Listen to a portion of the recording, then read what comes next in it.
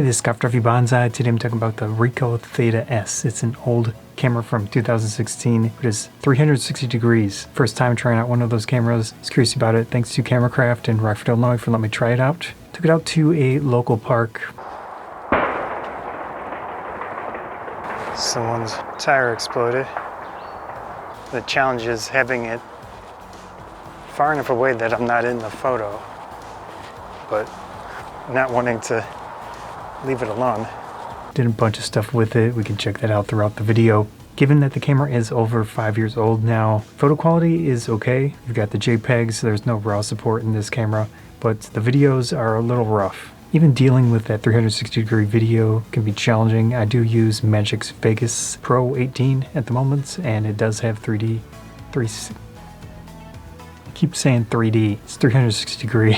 Here's a quick overview of the Ricoh Theta S software. Pretty simple. I've got the images in JPEG format, drag one over, and it gives you a nice view. Definitely looks pretty cool. You can zoom in with the mouse wheel, go full screen on there.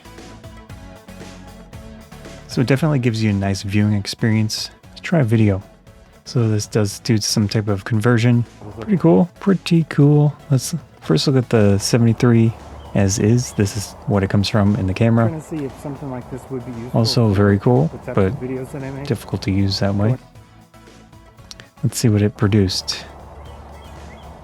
Oh, this camera is old, but let's go for the specs so you can get an idea of what it's capable of. It has two 1/2.3 inch sensors. The sensor's not huge, but you got two of them, of course, one for each lens to get that full 360 degrees. It is fixed focus. That means if you try to get really close to the camera itself, it's going to be blurry, most likely. Basically like an action camera, but times 2. The maximum aperture is f2 on the lens, which is pretty nice. So you have a decent amount of resolution for the photos, but you have to consider that's 360 degrees. And the videos go to 1080p, 30 frames a second. Here's a video test with the Theta going at whatever resolution. Let's see, full HD. So I could maybe walk around here, or I can come back, go this way, and it should follow me. It does not have any type of mechanical stabilization, it's all digital, but it is in there for photos and videos. The battery is not replaceable, lithium ion, you have to charge it through the USB cable. I've done 6 to 10 minutes of video so far, quite a few photos. It's probably around 75% battery, which isn't bad, especially considering the age of it. Also doesn't have any type of external memory card support. You've got around 8 gigabytes of memory inside, and that's it. If you want any type of preview screen, you're gonna have to connect it to the app. So at the very least, it is capable of doing that, which is nice. I was not able to get all the modes to test it out.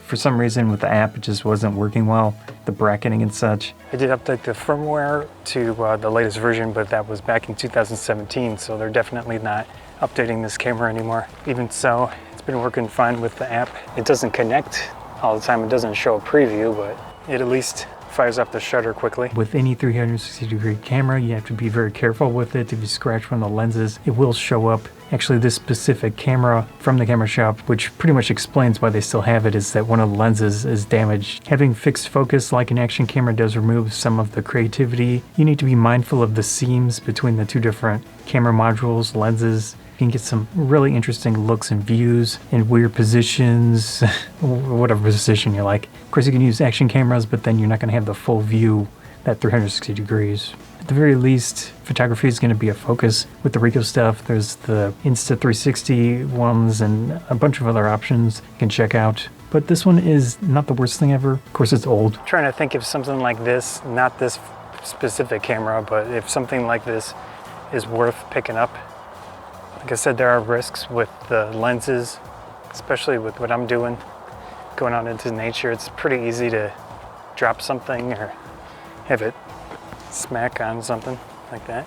Yeah, fun to use. It was interesting. Definitely might check it out more in the future. Hope you enjoyed the video. I'm Scott Photography Bonsai. Thanks.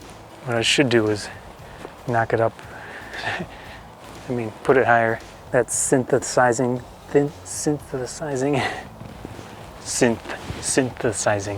I think that would be pretty fun for thumbnail, which is nice. Which way, which is nice.